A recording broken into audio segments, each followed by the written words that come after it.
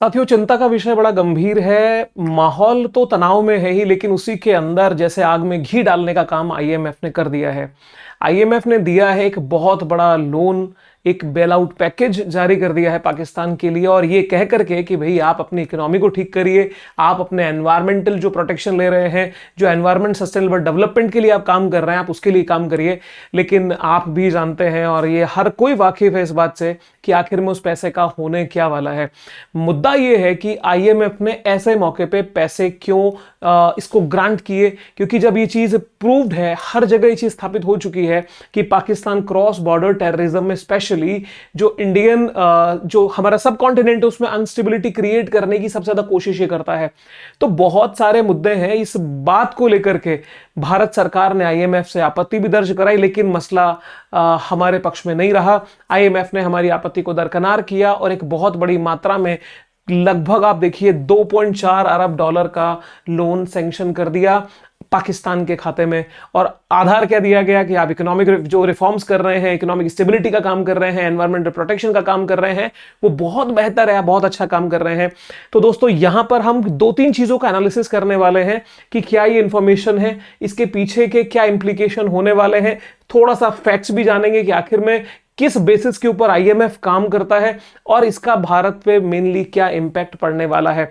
चलिए दोस्तों, सबसे पहले शुरुआत करें तो शुरुआत के अंदर हम ये जानते हैं कि जैसे ही ये इंफॉर्मेशन आई और आईएमएफ ने इसको इश्यू किया, तो दो पक्ष इसके खड़े हो गए कि एक पक्ष इसने स्वागत किया, एक पक्ष ने इसका विरोध किया। ऑब्वियस बात है, पाकिस्तान और पाकिस्तान के जो फेवर में लोग होंगे वो इसका वेलकम ही करेंगे। इंडिया और इंडिया के फेवर में लोग इस करंट सिचुएशन में कम से कम इसका विरोध करेंगे। भारत ने भी ऐसा ही किया था। अब यहां पे बात यह है कि आईएमएफ ने ऐसा क्यों किया। देखिए दोस्तों, आईएमएफ एक ब्रेटन वुड सिस्टम का एक तरह से छोटा उसका हिस्सा है। ब्रेटन वुड सिस्टम समझ लीजिए कि जो एकदम वेस्टर्न इंटरेस्ट की बात करेगा, जो कैपिटलिस्ट अप्रोच की बात करेगा, उनका ये सहायता करने का काम बेसिकली होता है। टारगेट ये है कि भाई पैसा पहुंचेगा किसी माध्यम से, अल्टीमेटली वॉर सिचुएशन है तो पाकिस्तान करेगा क्या? हथियार खरीदेगा और कुछ नहीं। हथियार खरीदेगा तो भारत को भी काउंटर करने के लिए उतने ही हथियारों की और जरूरत पड़ेगी। तो अल्टीमेटली वेस्टर्न क्लब जो है वो अपने जो डिफेंस इंडस्ट्री है उसको पीक पे लेके जाना चाहता है। खैर, इस बात का एनालिसिस हम और करते रहेंगे। तो देखिए, बहुत सारे न्यूज हाउस ने हमारे सामने इस चीज को ये स्पष्ट होकर हमारे सामने आई। तो आप यहां पे देखें कि किस तरह से द हिंदू ने भी इस बात को किया। द हिंदू की न्यूज बड़ी इंटरेस्टिंग है सर। वो कह रहे हैं कि no provision for no vote, why India absenting from IMF vote to grant Pakistan USD 2.4 billion funding. भाई, फंडिंग में ये बात कही है हमारे आईएमएफ ने कि भाई आपके पास में नो बोलने का ऑप्शन ही नहीं है, आप उसमें जा ही नहीं सकते, आपको उसमें प्रेजेंट भी रहना। बट ठीक है, इसका एनालिसिस हम बाद में करेंगे। तो कुल मिला करके ये एक न्यूज 18 की बड़ी इंटरेस्टिंग न्यूज है। Billions in the bank, missiles in the sky. भाई, बिलियन अकाउंट में आ गए तो अल्टीमेटली क्या करना है? आसमान में मिसाइलें छूटनी है। भारत को थोड़ा सा और सतर्क होकर के और मजबूती के साथ में काउंटर करना पड़ेगा। वैसे ही इस बजट के साथ में भी भारत का मुकाबला पाकिस्तान नहीं कर पाएगा। दोस्तों, यहां पर ट्वीट की जब बात करें तो आईएमएफ ने जब इस बात को इश्यू किया तो वहीं पे कश्मीर के जो चीफ मिनिस्टर है जेएनके के उमर अब्दुल्ला ने इस बात को कहा कि भाई आप लोग समझ नहीं रहे हैं क्या कि अल्टीमेटली इंडियन सब कॉन्टिनेंट में, इस भारतीय उपमहाद्वीप में शांति या पीस कैसे, स्टेबिलिटी कैसे डेवलप होगी? आप जब इतना फंड रिलीज करेंगे तो अल्टीमेटली पाकिस्तान का कैरेक्टर, पाकिस्तान का फेस तो एक्सपोज हो चुका है। लेकिन कुल मिला के बात यह है कि वेस्टर्न इंटरेस्ट कुछ और है, उनको पीस से मतलब नहीं है। क्योंकि दुनिया में अगर शांति होगी तो स्पेशली यूएस की जो डिफेंस इंडस्ट्री है और कुछ यूरोपियन कंट्रीज की जो डिफेंस इंडस्ट्री है उसका डाउनफॉल होना तो तय है। क्योंकि हथियार, युद्ध होगा तभी हथियार बिकेंगे। भुखमरी का दौर हो चाहे गरीबी हो, उनको इससे फर्क नहीं पड़ता। देश कितना घाटे में जाता उससे फर्क नहीं पड़ता। मूल मुद्दा यह है, हथियार बिकने चाहिए। तो दोस्तों, ये सारी चीजें यहां पर ट्विटर पे भी ये चीजें काफी रन करने लगी। मुद्दा तनाव का यह है कि हाल ही में हमने ऑपरेशन सिंदूर कंडक्ट किया, उसके बाद में रिटेलिएशन का दौर जारी है दोनों ही तरफ से। और कल परसों से मतलब जो उस हिसाब से, तो खैर मीडिया ने तो बहुत ज्यादा हाइप उसका क्रिएट किया और इवन डिफेंस जो हमारे मिनिस्ट्री है उसने फटकार भी लगा इंडियन मीडिया को कि यार थोड़ा सा कंट्रोल रही है, बेमतलब का हाइप क्रिएट मत करवाइए। क्योंकि होता क्या है, अगर कुछ प्लानिंग अगर हमारे गवर्नमेंट की होती भी है तो इन सब हरकतों से, इन सब बातों से चीजें थोड़ी सी ड्रॉबैक वो क्रिएट कर देती है। तो ऑपरेशन सिंदूर हुआ, उसके बाद की सिचुएशन आपको पता ही है, हर दिन ड्रोन के हमले हो रहे हैं, दोनों पक्षों से मिसाइल अटैक्स हो रहे हैं, भारत भी अपना जो है काउंटर जवाब दे रहा है, पाकिस्तान भी अपनी तरफ से कोशिश कर रहा है, लेकिन इन सबके बीच में इस पैसे का मिलना यह तनावपूर्ण हो जाता है। अब हमें जो चीज समझनी है वो ये है कि जैसे ही पाकिस्तान की तरफ आईएमएफ ने इस बात को हरी झंडी दे दी, आपको एक और बात जान लीजिए, इसके पीछे भी अमेरिका की इनडायरेक्ट कंसेंट है, बिकॉज अमेरिका के इशारे के बिना आईएमएफ कभी काम नहीं करेगा। बिकॉज आपको पता होना चाहिए कि नरसिम्हा राव साहब की सरकार के दौर में जब मनमोहन सिंह जी देश के फाइनेंस मिनिस्टर हुआ करते थे, तब यहां पे हमने लिबरलाइजेशन, प्राइवेटाइजेशन, ग्लोबलाइजेशन, एलपीजी की पॉलिसी को इंप्लीमेंट किया था। वो एलपीजी की पॉलिसी जब इंप्लीमेंट हो रही थी तो उसकी पहली ही शर्त हम मांग रहे थे, भाई हमें, हमारी इकोनॉमिक कंडीशन ठीक नहीं है, हमारे पास में फॉरेक्स जो हमारा रिजर्व है वो काफी डाउन हो चुका है। तो फिर अल्टीमेटली हमें जब सहायता चाहिए थी तो हमारे सामने शर्त रखी गई कि भाई ठीक है, आप अपनी पॉलिसीज को लिबरल करिए, मतलब उदारवाद की तरफ मूव करिए। आपने जो शुरुआत से 1947, 1950 से एक अपना रुख अख्तियार किया था कि नहीं जी हम नॉन अलाइनमेंट मूवमेंट पे रहेंगे, हम गुटनिरपेक्ष रहेंगे, तो उस चीज को अमेरिका ने साधा और अपने पक्ष में किया। तो कुल मिलाकर के ये जो ब्रेटन वुड सिस्टम चल रहा है, जिसमें आईएमएफ है, डब्ल्यूटीओ है और आपका वर्ल्ड बैंक है, ये कुल मिलाकर के इनडायरेक्टली वेस्टर्न इंटरेस्ट के पक्ष में काम करते हैं, उदारवाद या लिबरलिज्म के पक्ष में काम करते हैं। कैसे भी देशों को अपने पक्ष में घेरा जाए या उनको ज्यादा से ज्यादा चीजें एक्सपोर्ट की जाए, वहां पे धन कमाया जाए। बात समझिए। और भारत को आपत्ति इस बात से नहीं है कि आपने इनको लोन दिया है, भारत को इस बात से प्रॉब्लम कतई नहीं हो सकती कि एनवायरमेंटल प्रोटेक्शन, एनवायरमेंटल कंजर्वेशन के लिए, क्लाइमेट चेंज के कॉन्टेक्स्ट में कोई काम करना चाहता है या अपनी इकोनॉमी को स्टेबल करना चाहता है, उसके लिए भारत को लोन से आपत्ति नहीं हो सकती। क्योंकि इतिहास में 6-7 बार भारत ने भी आईएमएफ से मदद ली है, लेकिन टेररिज्म को इंक्रीज करने के लिए नहीं है। तो भारत का गुस्सा सर यहां पे लाजमी हो जाता है। और जिस सिचुएशन में भी इंडिया और पाकिस्तान की फाइट हो रही है, वो तो सर ये आग में घी डालने का काम प्रैक्टिकल है। और आप इस बात के बारे में क्या सोचते हैं जरूर कमेंट करो। अब मैं आपको इसके थोड़े टेक्निकल पार्ट बता देता हूं, आखिर में ये चीजें चल क्या रही हैं। दोस्तों सबसे पहले देखो, जो आईएमएफ ने पाकिस्तान को जो दिया है, ये बेसिकली 2 इकोनॉमिक प्रोग्राम है डिफरेंट, जिनके बारे में आपको डिटेल में बताऊंगा, उनके तहत इसको दे दिया है। डायरेक्टली तो कह नहीं सकते कि भाई साहब लो पैसा पकड़ो, हथियार खरीदो और युद्ध करो। तो कुछ तो माध्यम बनाया जाएगा, कुछ तो एक पर्दा रखा जाएगा जिसके पीछे से गेम खेला जा सके।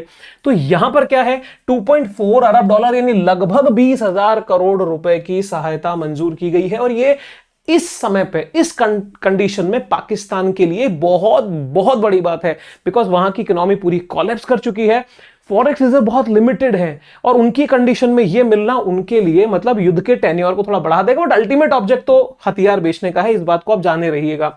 तो कुल मिलाकर के अब क्या सामने रखी गई बात कि भाई पाकिस्तान की इकोनॉमिक स्टेबिलिटी बनी रहे और वो क्लाइमेट चेंज के लिए जो काम कर रहा है उसमें उसकी हेल्प हमें करनी है। ये 2 बहाने जब दिए गए तो यहां पे बात आई कि भाई ये जो आपने प्रोग्राम बनाया उसमें पहला तो है एक्सटेंडेड फंड फैसिलिटी, ईएफएफ, जैसा कि हमने बताया 2 प्रोग्राम है।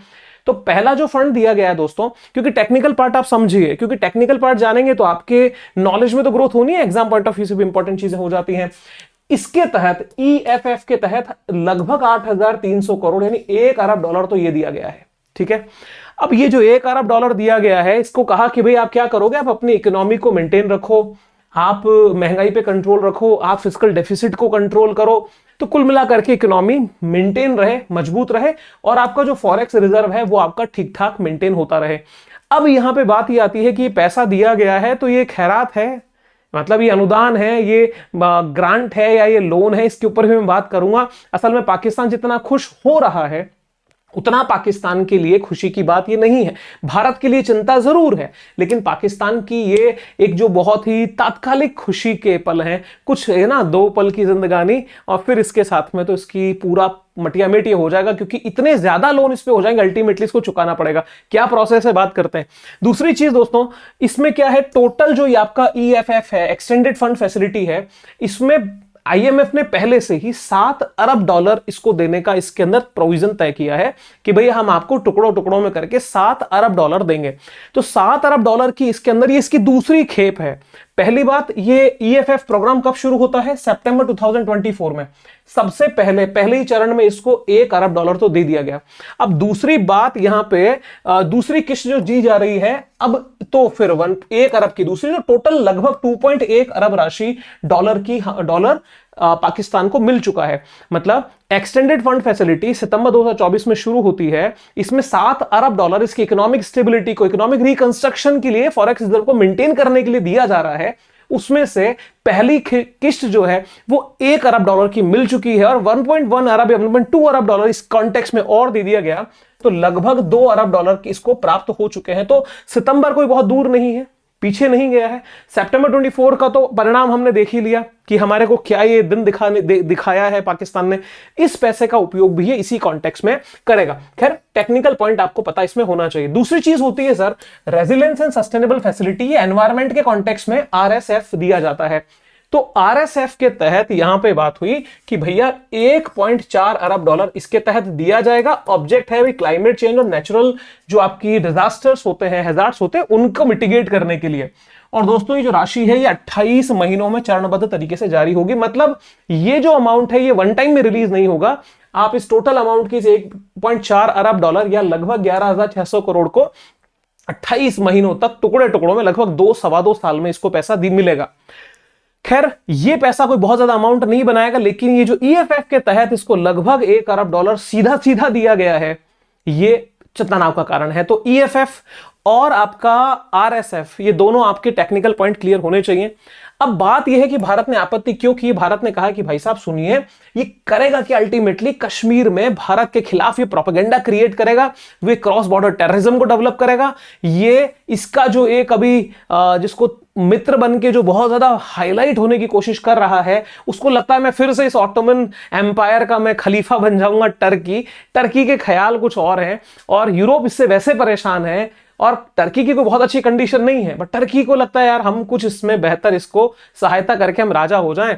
तो उसकी सहायता लेकर के ये क्या कर रहा है, हमारे को थ्रेट भी करता है और कश्मीर के अंदर तनाव बढ़ाने का सीधा प्रयास यहां पे हो रहा है। तो भारत ने कहा कि भाई इस समय इनको पैसा देना उचित नहीं था।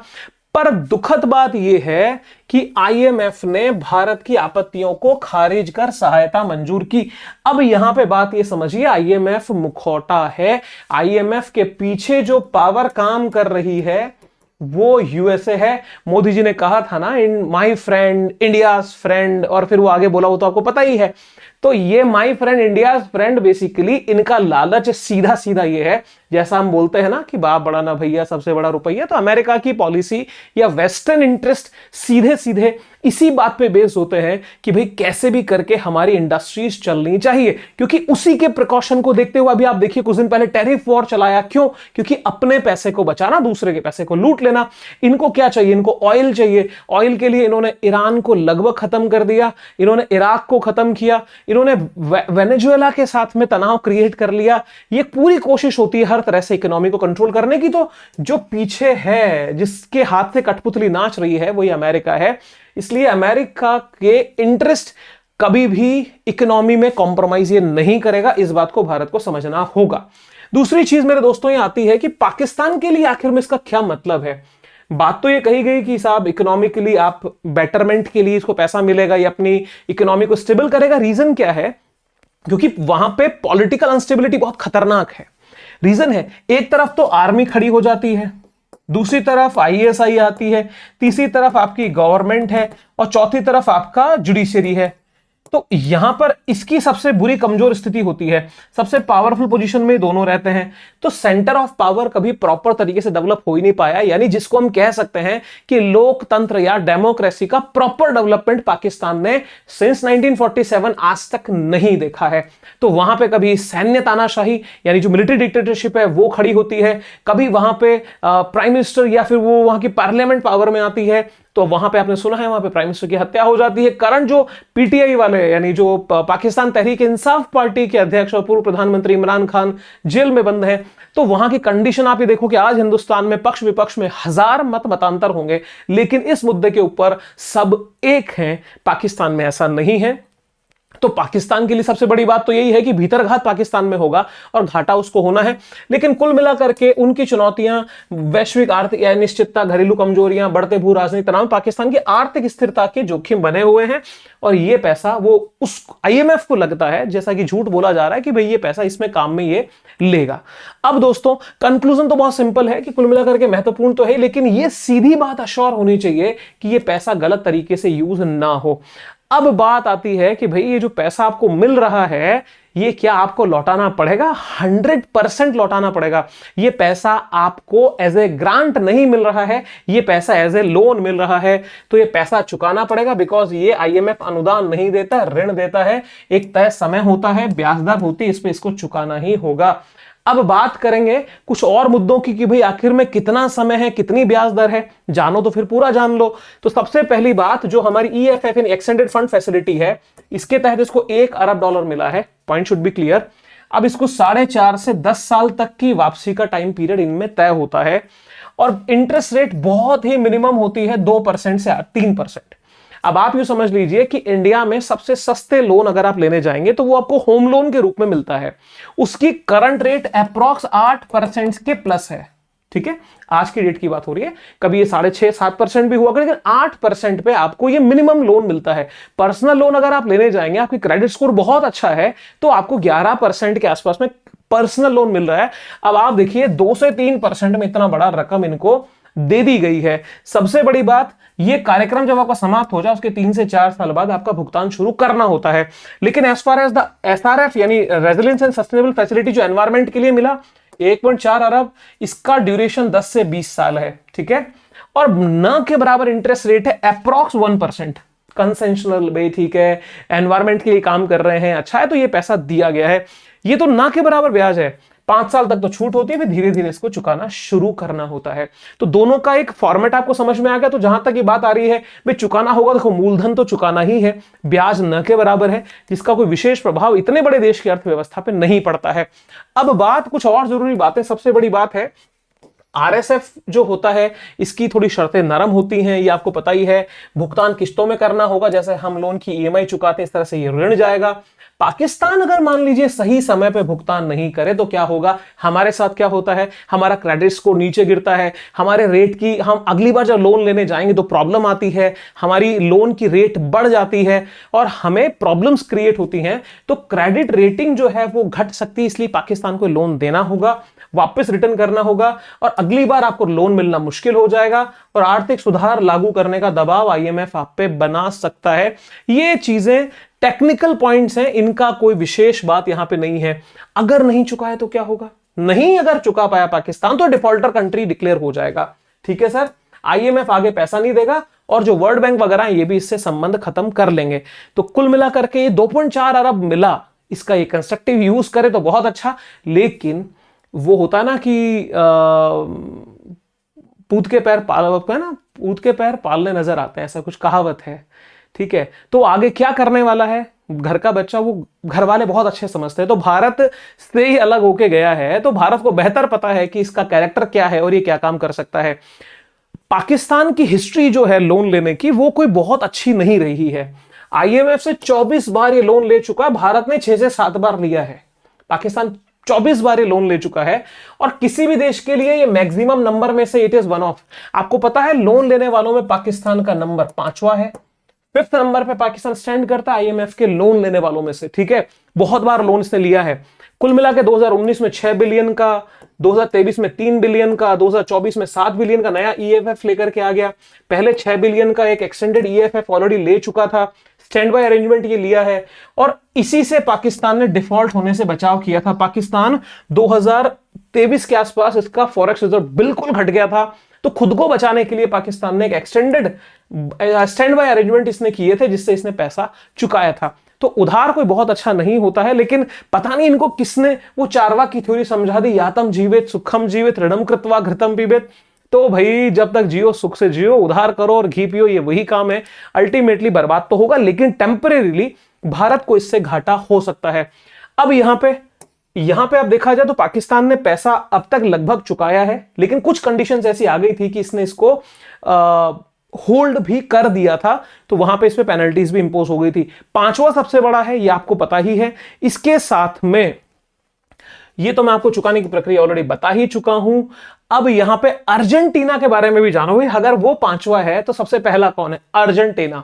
याद रखिएगा सर, इंटरेस्टिंग बात है, लगभग 40.9 बिलियन के लोन आज भी अर्जेंटीना पे बाकी हैं। अर्जेंटीना कहां की लोकेशन है? साउथ अमेरिका की एक कंट्री है। इसके बारे में आप क्या, ये क्यों ये फेमस है, कमेंट करके बता। लोन के लिए तो फेमस हो ही रहा है, बाकी क्यों है कमेंट करिएगा। 23 बार सर सहायता ली है, जो किसी भी देश के लिए सबसे ज्यादा अधिक होती है। हाल ही में 2025 में अर्जेंटीना के साथ 20 बिलियन का नया समझौता किया गया है।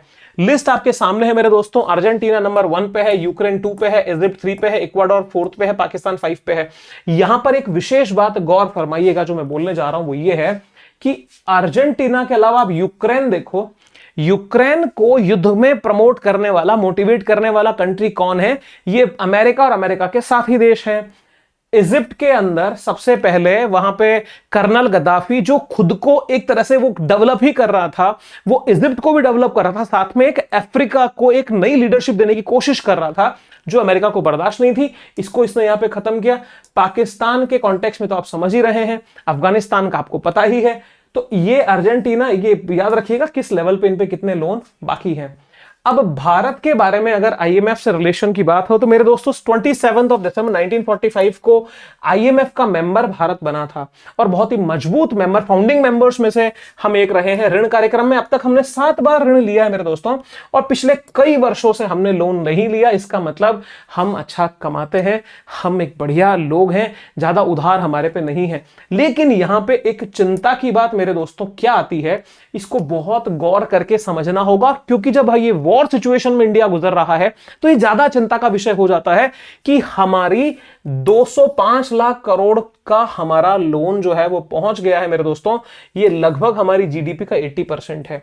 ये बहुत बड़ी चिंता की बात है। यानी हमारी जीडीपी अगर 100 रुपीस की है तो हमारे पे लोन जो है वो 80 रुपए का लोन हम लिए बैठे हैं।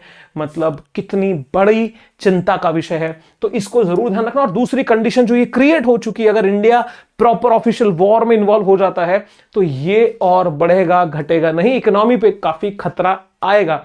अब ये इसको कोई बहुत अच्छा नहीं माना जाता। भाई हम 4th लार्जेस्ट इकोनॉमी, फिर हम 3rd लार्जेस्ट इकोनॉमी, हम 1st लार्जेस्ट इकोनॉमी के सपने देख रहे हैं, लेकिन इकोनॉमी ज्यादा बड़ी हो ये भी ठीक बात है। पॉइंट ये है कि उसकी तुलना में आपका जीडीपी टू डेट रेशियो क्या है। जीडीपी टू डेट रेशियो क्या होता है कि आपकी जीडीपी यानी सकल घरेलू उत्पाद जो आपका है, ग्रॉस डोमेस्टिक प्रोडक्शन जो आपका है, उसके कंपैरिजन में आपके ऊपर लोन कितने अमाउंट का है।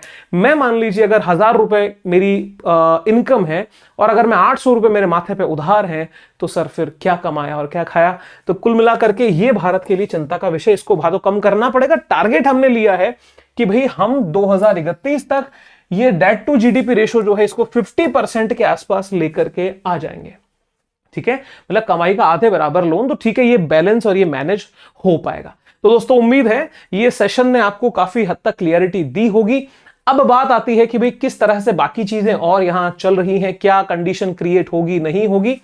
तो मेरे साथियों, यहां पे जो ऑपरेशन सिंदूर और स्पेशली ऑपरेशन सिंदूर के बाद में जो ये प्रक्रियाएं चली और भारत पाकिस्तान के बीच में कॉन्फ्लिक्ट क्रिएट हो गया है, इस संदर्भ में जो पैसा मिला है ये कन्फर्मली भारत के लिए खतरे की घंटी है। अब इंडिया क्या इसके ऊपर मेजरमेंट लेता है, भारत इसके लिए क्या करता है, वो कौन से प्रिवेंटिव मेजर या फिर एक अटैकिंग मेजरमेंट भारत उठाएगा, वो देखने वाली बात होगी। क्योंकि विदेश मंत्री का इस मैटर के ऊपर थोड़े तल्ख बयान जो आए हैं वो हमें काफी कुछ समझाने के लिए काफी हैं।